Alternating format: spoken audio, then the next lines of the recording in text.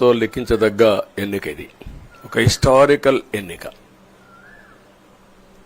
August crisis తర్వాత NT Ramarao గారు party పెట్టిన తర్వాత 83లో మేము గెలిచాం. అప్పుడు 200 సీట్లు వచ్చాయి. కొత్తగా పార్టీ పెడతానే ఎన్నికలకు వెళ్లి 9 నెలలు అధికారంలోకి వస్తే 200 సీట్లు వచ్చాయి. 94లో మీరు ఒక్కసారి చూస్తే ప్రజా వ్యతిరేకం వల్ల 3 ముఖ్యమంత్రులు మారడం వల్ల ఆ రోజు మీరు ఎన్నికలు చూస్తే దగ్గర అపోజిషన్ పార్టీకి రిక్వైర్డ్ నెంబర్ అంటే అపోజిషన్ లీడర్గా వచ్చే స్టేటస్ రాకుండా వచ్చాయి. అవన్నిటిని వర్పించే విధంగా ఈసారి ఊహించని విధంగా వచ్చింది. అంటే దానికి కారణాలు నేను ఎక్కువ చెప్పక్కర్లేదు, అనుభవించిన ప్రజలకే అర్థమవుతుంది.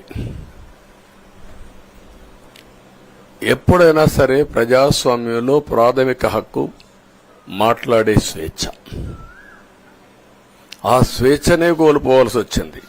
అదే కాదు, బ్రతికే స్వేచ్ఛ, ఆస్తులు పెట్టుకునే స్వేచ్ఛ, ఇవన్నీ కోల్పోయే పరిస్థితి వచ్చింది. అందుకే మీరు చూస్తే మొన్న ఎలక్షన్లో సరే ఏ విధంగా మేమందరం కలిశాం అవన్నీ మాకంటే ముందు మీకే తెలుసు. కలిసినప్పుడు ఎవ్రీ ఈవెంట్ ఇవి వేదిక నుంచే ప్రారంభించాం. అక్కడి నుంచి ముందుకెళ్ళాం. ఆ రోజు చెప్పాం, ఈ రోజు ఒకటి చెప్తున్నాం. మా ఆలోచన ప్రజలు గెలవాలి, రాష్ట్రం నిలబడాలి.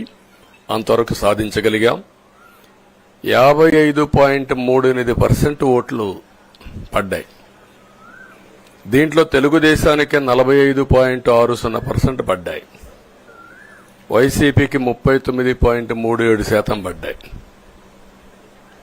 ఇది ఊహించినటువంటి ఒక్కొక్కసారి 95,000 మెజారిటీ.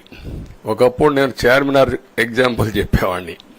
చార్మినార్ అంటే అక్కడ ఎంఐఎం కంచుకోట, అక్కడ ఎప్పుడు ఎక్కువ ఓట్లు వచ్చేటివి. ఆ తర్వాత కుప్పం, సిద్దిపేట పోటీ పడేటి రెండో స్థానానికి. అప్పుడు కూడా 70,000, 80,000, 50,000 కాడ ఆగిపోయేవాళ్ళం. ఈసారి 95,000, 94,000, మళ్ళా 92,000, 91,000. మంగళగిరి లాంటి కాన్స్టిట్యున్సీ 91,000 మెజారిటీ. ఏ విధంగా అభివర్ణించాలో నాకైతే అర్థం కాదనమాట. అంత ఇదెళ్లిపోయినాయి. ఇవన్నీ చూసిన తర్వాత ప్రజలు ఇచ్చిన తీర్పు మీరు చూస్తే అహంకారం, నియంతృత్వం, విచ్చలవిడితనం, ఏదంటే అది చేస్తాననుకుంటే ప్రజలు క్షమించే పరిస్థితులు లేరు. అదే ఈరోజు నిరూపించే పరిస్థితికి వచ్చారు. ఒక మాటలో చెప్పాలంటే ఈసారి వీళ్ళు చేసింది గుణపాఠం పాలకులకు కాదు, అవినీతి అహంకారంతో ముందుకు పోయే ఎలాంటి ధ్వంసకారులకైనా ఇదే జరుగుతుందని నిరూపించారు ప్రజలు. దానికి మనస్ఫూర్తిగా అభినందిస్తున్నా. అదే సమయంలో 5 సంవత్సరాలు మా కార్యకర్తలు పడిన ఇబ్బందులు, చాలా మంది స్లీప్లెస్ నైట్స్, కంటి నిండా నిద్రపోని పరిస్థితి.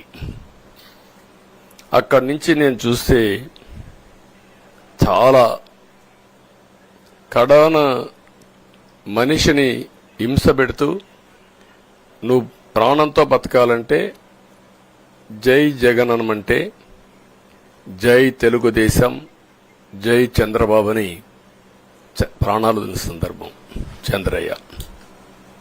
ఇది తలుచుకుంటే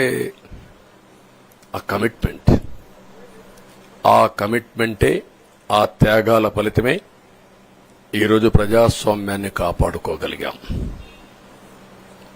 ఒక్క మా కార్యకర్తలకే కాదు, మీడియా 5 ఏళ్లు మీరు పడిన ఇబ్బందులు, మీరు కోర్టుల చుట్టూరు తిరిగిన ఇది, మిమ్మల్ని సిబిసిఐడి ఆఫీసులో పెట్టి వేధించిన విధానం, అవి తలుచుకుంటే